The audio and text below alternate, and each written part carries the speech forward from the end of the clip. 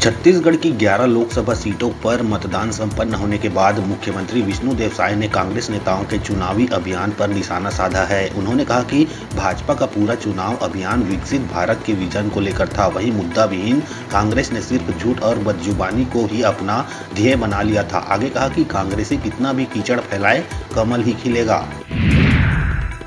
छत्तीसगढ़ के कथित आबकारी घोटाला मामले में ईओडब्ल्यू की टीम ने एक बार फिर से शराब कारोबारी पप्पू ढिल्लन के घर पर छापेमारी की है। पप्पू ढिल्लन के भिलाई के नेहरू नगर निवास में दबिश दी है। मामले में अब अनिल टुटेजा, अनवर ढेबर के बयान के बाद एक बार फिर से पप्पू ढिल्लन के घर ईओडब्ल्यू के अधिकारी पहुंचे हैं।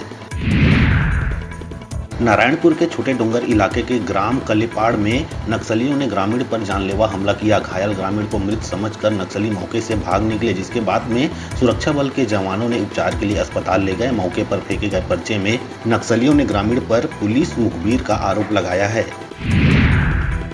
गरियाबंद के उदंती अभयारण्य एंटी पोचिंग टीम पर आरोपी को 3rd डिग्री का इस्तेमाल कर टॉर्चर करने का मामला सामने आया है। न्यायालय ने आरोपी की मेडिकल जांच कराने के बाद विभाग के जिम्मेदार अफसरों के नाम समन जारी कर जवाब मांगा है।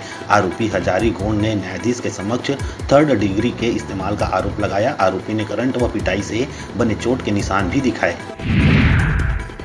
महासमुंद नगर के गंदे पानी के कारण तुमा डबरी के ग्रामीणों को खुजली, डायरिया जैसी बीमारियों से जूझना पड़ रहा है। ग्रामीणों ने इस समस्या से नगर पालिका सीएमओ को भी अवगत कराया है, लेकिन अब तक कोई समाधान नहीं निकला। थक हार कर ग्रामीण अब कलेक्ट्रेट पहुंचकर आला अधिकारी से गुहार लगा रहे हैं।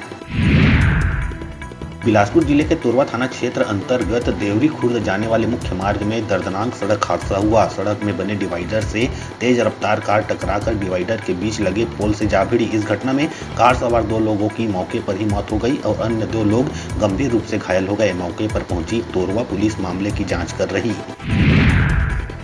छत्तीसगढ़ के कक्षा 10वीं 12वीं बोर्ड परीक्षा के रिजल्ट का इंतजार कर रहे छात्रों के लिए बड़ी खुशखबरी है। छत्तीसगढ़ माध्यमिक शिक्षा मंडल ने बोर्ड परीक्षा के परिणामों को लेकर जानकारी दी है कि कल यानी 9 मई को बोर्ड परीक्षा का रिजल्ट जारी होगा। इस संबंध में माध्यमिक शिक्षा मंडल के आदेश भी जारी किया है, जिसमें बताया गया है कि कक्षा 10वीं 12वीं 2024 का रिजल्ट कल 12:30 बजे जारी किया जाएगा।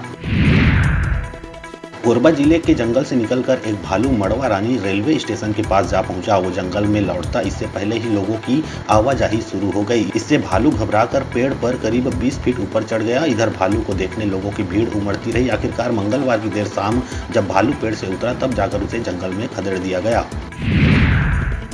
छत्तीसगढ़ में लोकसभा चुनाव खत्म होने के बाद साय कैबिनेट में बदलाव की चर्चा है। नए चेहरे कौन होंगे, इसको लेकर कयास लगाए जा रहे हैं। कई सीनियर विधायकों ने मंत्री बनने के लिए जोर लगाना शुरू कर दिया है। बताया जा रहा है कि लोकसभा चुनाव में विधायकों की परफॉर्मेंस मंत्री पद का आधार बनेगी।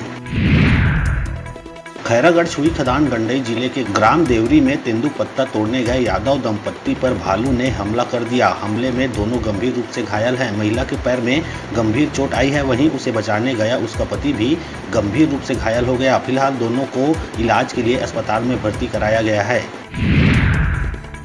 छत्तीसगढ़ की बहुचर्चित बीरनपुर हिंसा को लेकर द बीरनपुर फाइल्स फिल्म बनाई जा रही है। इस बीच बालोद जिले में एक्टर पवन गांधी और डायरेक्टर हेमलाल चतुर्वेदी की कार पर बाइक सवार लोगों ने पथराव किया है। आरोपियों ने बीरनपुर फाइल्स को रिलीज नहीं करने की धमकी दी है।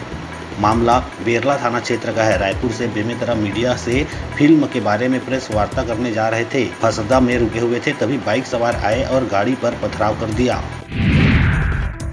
बस्तर के दंतेवाड़ा जिले में नक्सलियों के खिलाफ पुलिस लोन वर्राटू यानी घर वापस आइए अभियान चला रही है। साल 2020 से शुरू हुए इस अभियान से प्रभावित होकर दंतेवाड़ा पुलिस के सामने अब तक 796 नक्सलियों ने हथियार डाले हैं। बस्तर पुलिस के मुताबिक 180 नक्सलियों पर इनाम भी घोषित है। 1 लाख रुपए से लेकर 10 लाख रुपए तक के इनामी नक्सलियों ने हिंसा छोड़ी है। सरेंडर करने वालों में DVCM, ACM कैडर के ज्यादा नक्सली है।